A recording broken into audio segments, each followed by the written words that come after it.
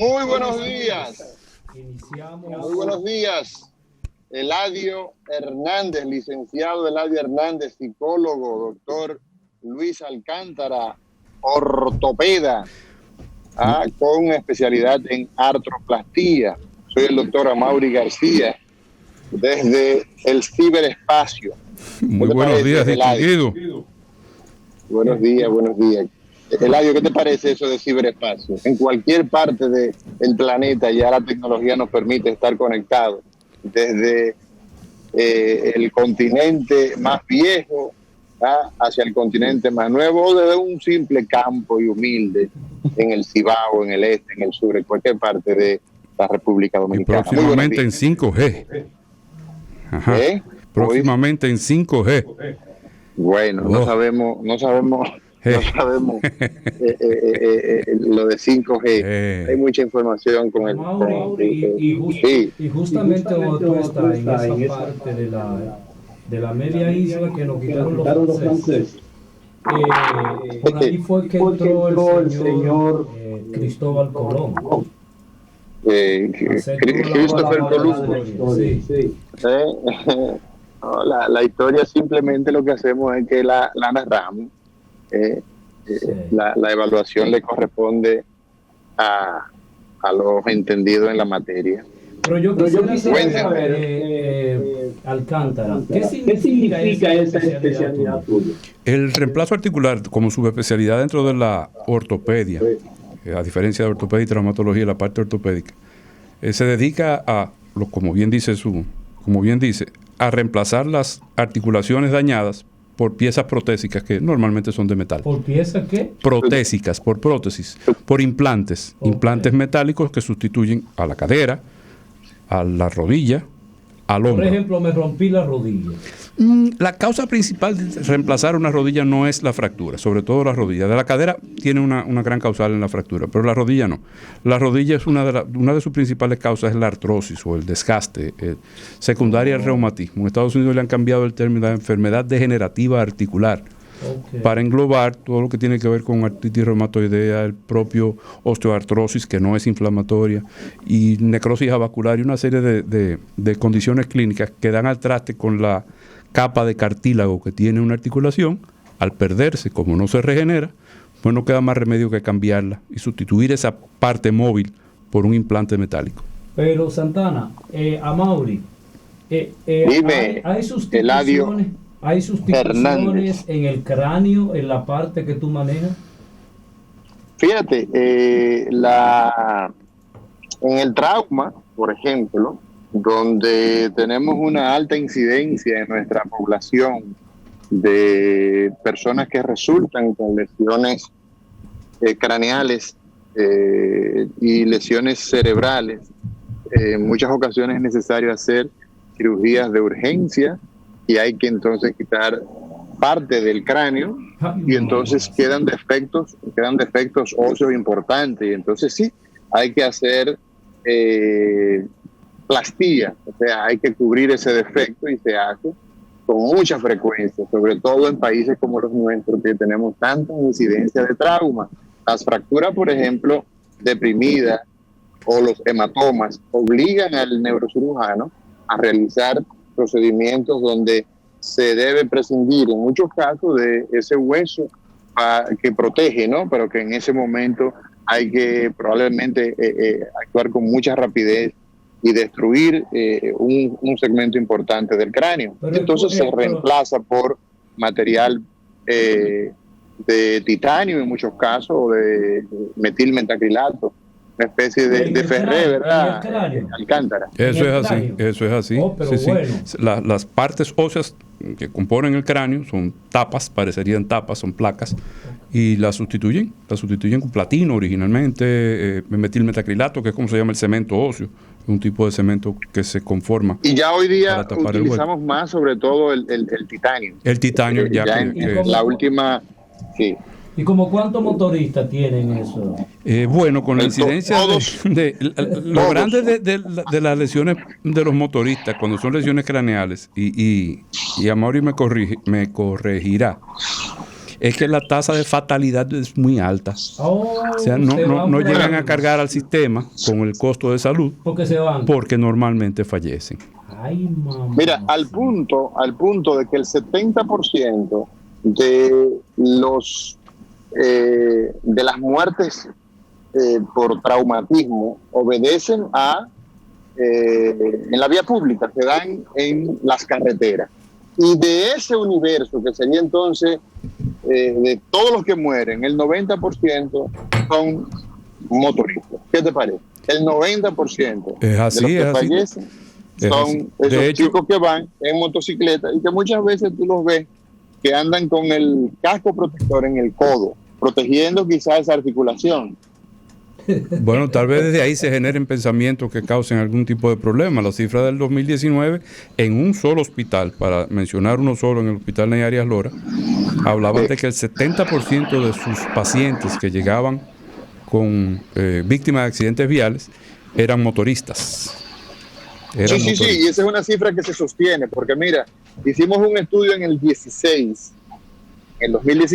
y esa cifra era tal cual. Y los costos en términos financieros son escandalosos. Eso es así. Nosotros tuvimos, por ejemplo, un estudio con 120 pacientes que consumieron en alrededor de entre 2 a 3 meses, la fecha exacta no la recuerdo, pero más o menos ese era el rango, y consumieron unos 54 millones de pesos. Oh, Dios mío. Eso es una cifra. Una cifra muy importante. En ese centro se sigue manteniendo la tendencia de cifras que son muy lamentables. De ahí te votaron. ¿Entiendes? Entonces, eso es importantísimo, que la gente conozca el impacto que tiene desde el punto de vista financiero, ¿no? Desde el punto de vista social, desde el punto de vista personal, familiar. O sea, el tema del trauma es desastroso. Y precisamente Alcántara, doctor Luis Alcántara, quien es ortopeda, dedicado, ¿no?, a las enfermedades de los huesos, las enfermedades de los ligamentos, las enfermedades de esas articulaciones. Tú que has hecho una subespecialidad, que es reemplazar esas cajas de bola que tenemos, esas bisagras que son las articulaciones. Me gustaría saber por qué nosotros hacemos reemplazo principalmente en los jóvenes, en gente joven, no en ese setentón, ochentón, sino en ese hombre de 30 años, de 20 y tantos, de 40 y poco, en la República Dominicana. Pero antes de responder, Luis, ¿Cómo no? Porque yo le tiré una bombita a él. Sí, me di cuenta, me he quedado calladito porque no me... Y siguió de línea. Sí. Pero ese señor que cuando entró a ese hospital tenía una deuda de 300 millones, la redujo prácticamente a 100 millones. Y la gran paradoja que se da en República Dominicana es que quien llevó a esa cifra, quien endeudó a ese hospital, lo pusieron de nuevo en ese caramba. Vamos a ver ¿A quién le conviene el crimen? Muy buena pregunta. La juventud, en edad laboral, la causa principal de tener que reemplazar las articulaciones y sobre todo la cadera son los accidentes de tránsito, las fracturas. Las fracturas de cadera son normalmente una de las razones para una carga monetaria muy grande a las empresas aseguradoras, sobre todo porque caen en el ámbito con mucha frecuencia de accidentes laboral. Un reemplazo, un implante, un rescate de una cadera, cuando se trata de no reemplazarla, que utiliza clavos de titanio, clavos placas, DCS, y últimamente un reemplazo articular cuando no queda otra cosa que hacer, consume millones y millones y millones de pesos del sistema. Ahí de por vida? Las prótesis, sí. Los clavos y las reducciones que se hacen con lo que se llama material de síntesis, síntesis mínima, tienen un tiempo de vida para retirarse, porque su motivo es reducir la fractura, lograr que la fractura, que la parte biológica funcione, se cicatrice, cree hueso, pegue y funcione de nuevo. En las personas jóvenes ese es el primer intento que se hace. No siempre es exitoso. siempre se tiene que tratar de preservar la anatomía normal del ser humano. Y ya cuando no queda más remedio, pues se sustituye por un implante. Un implante tiene una vida media de 20, 25 años. Usted está diciendo que en personas jóvenes, entonces en personas mayores eso no da resultado. Normalmente no. Depende del tipo de fractura. Cuando la causa de cirugía para una persona mayor es una fractura. Luis, entonces en ese caso, Eladio debe cuidarse. En ese caso, ya que él está interesado en saber en las personas mayores, tú debes cuidarte, oye, porque los huesos tuyos entonces ya no se pegan, ni vamos a poderlo ayudar con clavos. No toca poner un reemplazo articular, te toca poner un reemplazo articular, pero por muy poquito, por lo que veo. No, y le voy a decir una cosa, el reemplazo articular, aunque uno trata de dar un chance y poner y síntesis que no necesariamente sea un reemplazo articular, la solución idónea, al final de cuentas, es un buen reemplazo. Es muy noble, permite. Luis, un reemplazo. O sea, por ejemplo, ¿quién es el estándar de un reemplazo? Una persona entre los 55 y 75, 85 años que tiene o una enfermedad degenerativa articular que dio al traste con su cabeza de fémur, una necrosis avascular por las razones por las que se produzcan, o una fractura por encima de los trocánteres en una sección específica de la cadera, que requiere que se sustituya, porque la vascularización, o sea, le llega sangre a la cabeza femoral por el cuello, y si eso se pierde, pues normalmente sabemos que la cabeza se va a perder aunque uno trate. Caí del baño Esa es una razón muy común. Esa es una razón muy común. La caída en el baño. Las caídas por alfombritas. La caída sentada, ¿no? Caerse sentado. ¿Cómo es caerse sentado, Amaury? ¿Cómo es eso? Bueno, te caes de nalga. Cuando uno se va a sentar en una mecedora y la mecedora resbala. Y me caigo de nalga. Se cae de nalga. Y tiene, por ejemplo, cuando son mujeres, la mujer tiene una tendencia más alta a tener las fracturas por un tema de osteoporosis, por cambio de esquemas hormonales y eso. Y una caída simple produce una fractura de cadera, hay que estudiar por qué. Normalmente porque ya el hueso tiene un poquito menos de estructura, tiene una osteopenia, una osteoporosis, o tiene una causa secundaria, una metástasis de un CA, por ejemplo. Pero tradúceme eso que tú estás diciendo. ¿Cómo que una metástasis? Por ejemplo, usted se cae, usted tiene 60 años, hombre fuerte, saludable, se cae de una silla en la oficina y se fractura la cadera. Eso a uno inmediatamente le llama la atención, porque ese tipo de trauma, con ese tipo de fuerza, no es para ese tipo de fractura. Entonces salimos a buscar el porqué de las cosas. Okay. ¿Por qué se fracturó ese señor en tan buenas condiciones con una caída tan sencilla? Entonces, ¿tiene osteoporosis? ¿A esa edad se tiene osteoporosis? ¿Cuáles son las condiciones clínicas de esa persona como para tener esa osteoporosis? Si vemos que no tiene osteoporosis, ya nos empezamos a asustar. Entonces, sí, porque una de las causas es la metástasis de un cáncer primario en otro sitio. ¿A qué te refieres? Cuando se disemina un cáncer que tiene un foco primario en otro cuando se riega en otro sitio. Vamos a decir que tú tienes un cáncer de pulmón, que no sabes que tienes un cáncer de pulmón y de repente se te fracturó una vértebra. Y uno dice, ¿pero qué fue? Es como que esa persona no era para eso. Entonces sale tú a buscar la causa. Okay. Porque como en el caso de Amaury, siempre tenemos que salir a buscar a quién le conviene el porqué de las cosas. Yeah. Luis, una pregunta. ¿Cómo investigamos, cómo empezamos a rastrear ese probable responsable de esa fractura de cadera en una cinemática, en una situación donde no está explicada esa fractura? ¿Cuáles son las investigaciones que hacemos? La clave de lo que tú dijiste es donde no está explicada esa fractura. Cuando no cae de la mata la razón de la fractura, tenemos que salir a buscar la historia clínica, que es vital, hacer un buen análisis de qué sufre esa persona, qué medicamentos toma, cuál es su entorno, dónde vive, qué hace, de qué trabaja. Si sube escaleras, si no sube escaleras. ¿Cómo eso afecta?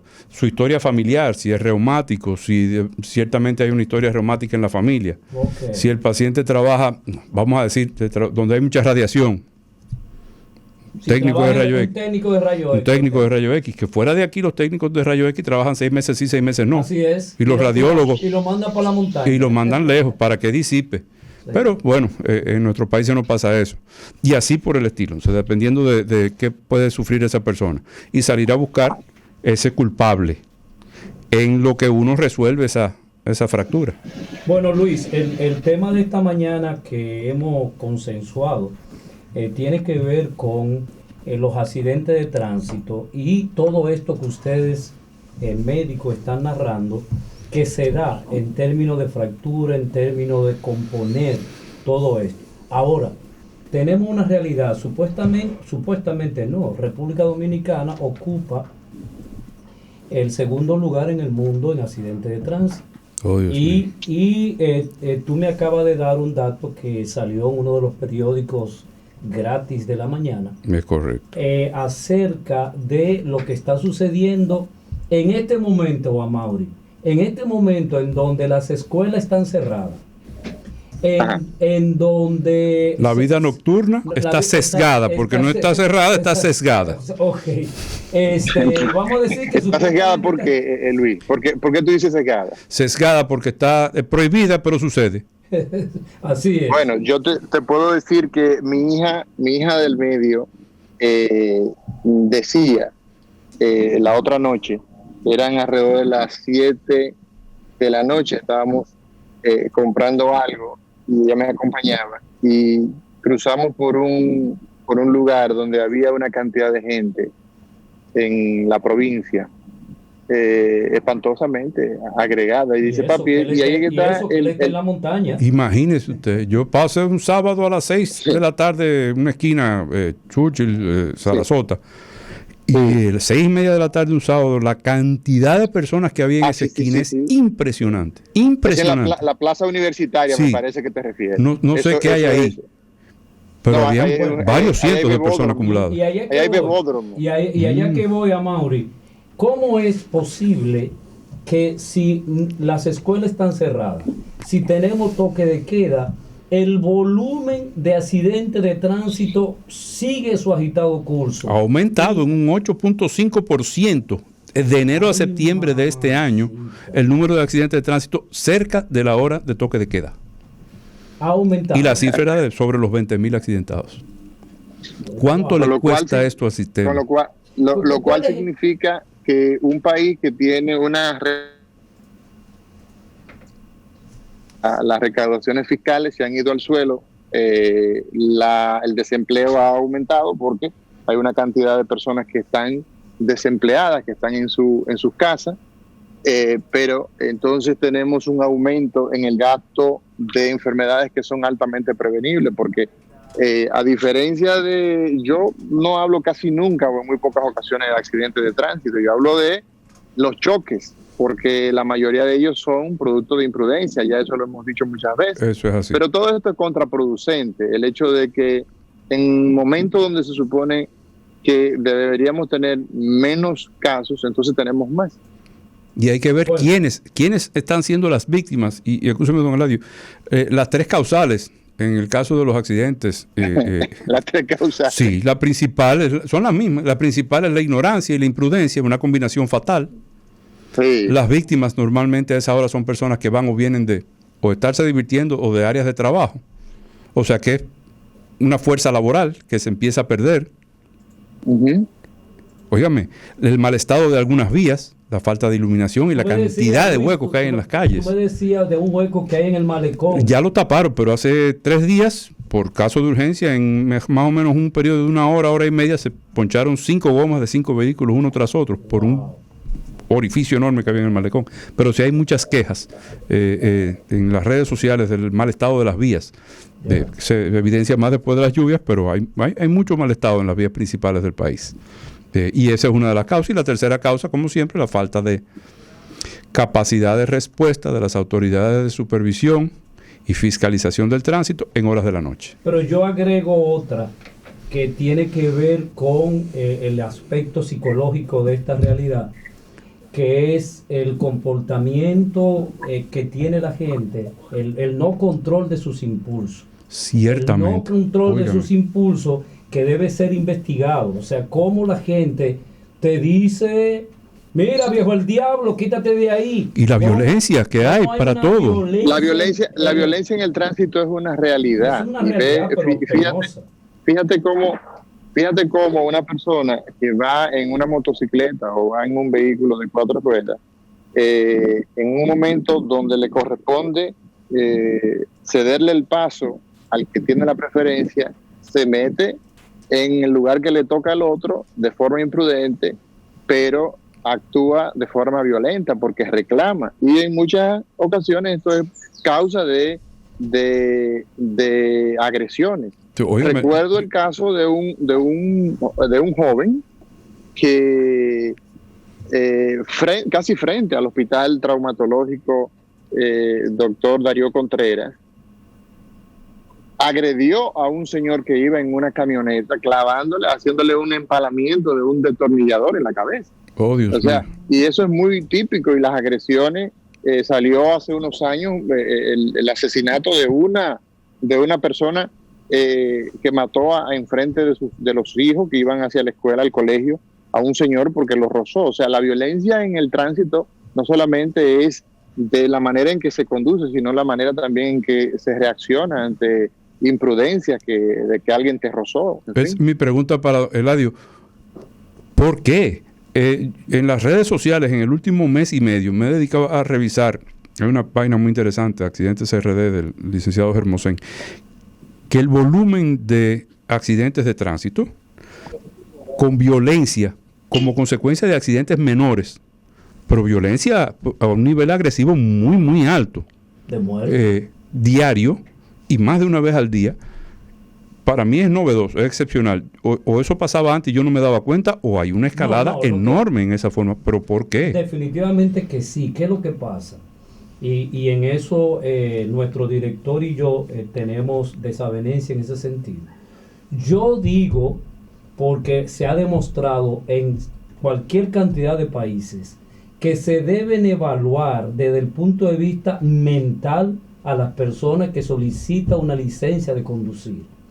Tú no puedes darle una licencia a un depresivo, a una persona que no tiene control de los impulsos, a una persona que tiene alteraciones mentales, porque tú le estás poniendo en la mano un misil. Tener un carro... ¿Tú crees que eso es práctico? No, pero es el mismo principio que opera cuando se entregan licencias para porte y tenencia de armas de fuego. Es el mismo principio. Ahora, pasaría lo mismo en nuestro país, que todo el mundo tendría una dispensa. Definitivamente que sí. Entonces, resulta que los niveles de violencia en República Dominicana han aumentado. Nosotros no tenemos consecuencia de nada. No hay ni supervisión, ni reglamentación, ni consecuencias. Y entonces, vamos a ver. Yo soy hijo de... Y tú sabes con quién tú estás hablando. Son las expresiones que regularmente se usan para exhibir el poder y la influencia. Entonces, un país... Sí, pero eso obedece evidentemente a la descripción, la tipografía de nuestra sociedad. O sea, aquí el tema es el cumplimiento de la ley. Es el gran ausente, cumplimiento de la ley. Sí, justamente. Si usted cumple con la ley, no importa quién sea usted. Pero no para cumplir, Mamauri, para cumplir con la ley, yo tengo que tener las consecuencias. Si tú no cumples con la ley, va a tener consecuencias. Si usted le dice a un niño que no haga una cosa 100 veces y nunca le hace nada cuando lo hace, deje de decirle que no la haga, porque total... Pero yo siempre he puesto el ejemplo, lo que hemos estado en Estados Unidos y muy específicamente en New York, te dice en muchas calles, no parquee de este lado el lunes y el miércoles. Y hasta de tal hora a tal hora, y no se parquea nadie. Y lo grande es el mismo dominicano que desde que se monta un avión parece que nos cambian el chip y automáticamente entendemos que tenemos que cumplir las leyes. Sí. No las sabemos, pero las cumplimos. Es que sale muy caro. Porque esas son consecuencias. Violar la ley sale muy caro. Bueno, Nosotros tenemos en el día de hoy, Eladio Hernández, nosotros tenemos en el día de hoy, porque hemos estado haciendo un introito que es interesante, muy interesante. Sin embargo, en el día de hoy tenemos que sacarle provecho a este ortopeda, que es parte del equipo de el recetario del doctor Guerrero Heredia. Así que vamos a una pausa y cuando entremos entonces... Sí, pero antes de irnos a la pausa, debemos recordarle a nuestros oyentes que pueden comunicarse con nosotros al 809-682-9850 desde Santo Domingo y desde el mundo al 1-833-380-0062. Vamos a una pausa.